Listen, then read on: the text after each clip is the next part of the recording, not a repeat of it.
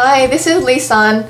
This video is about a comment I received by someone called Mr. Thanks But No Thanks on one of my videos. I was just discussing something with him in the comments, and basically I was saying that no one could force him to be vegan, but he should keep an open mind towards it. And this is what he wrote in response.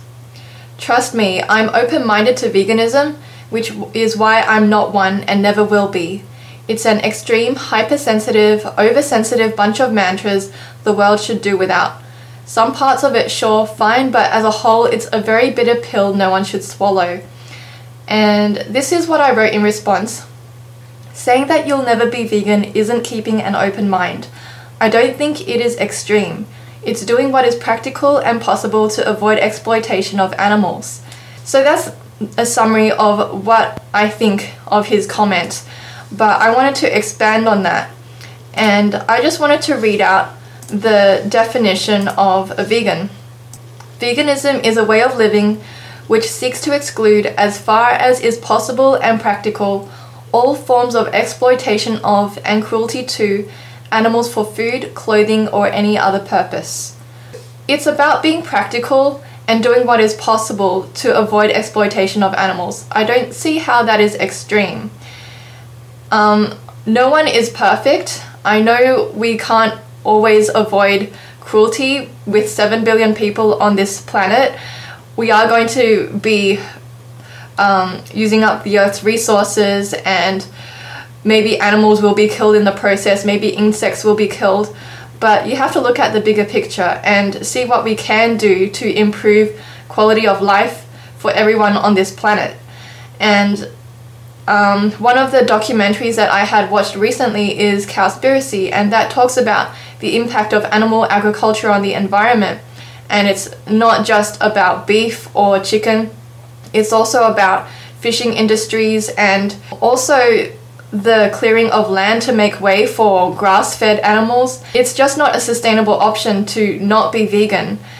If we just go on the way that we are, this world is gonna it's gonna self-destruct, and there's not gonna be enough resources for everyone to have enough food. And in fact, at the moment, there are people who are starving because grain is fed to cattle instead of to humans.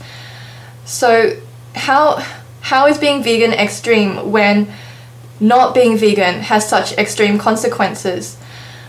And if you're thinking veganism is extreme because maybe it's hard in today's culture, then I suggest that you just look up some vegan recipes and look up how to eat vegan online, and look up some tasty recipes that you can do at home, and educate yourself on the health benefits, educate on what supplements you might need to take. Personally, I just take B12, occasionally I take calcium and some other antioxidants, but they're definitely not necessary for everyone. And it's just so easy. Some people do find it hard because of the cultural difference between a vegan and someone who is not vegan, especially when eating out. But that's no excuse to continue destroying the environment through your diet and just exploiting animals because you see that there's no other way that we can live.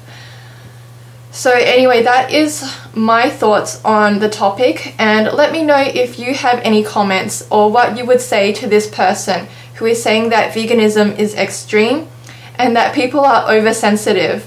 With being sensitive, I know that it does take people who care and who are compassionate to make a change, and it does take people who are sensitive to what other people and other beings are feeling.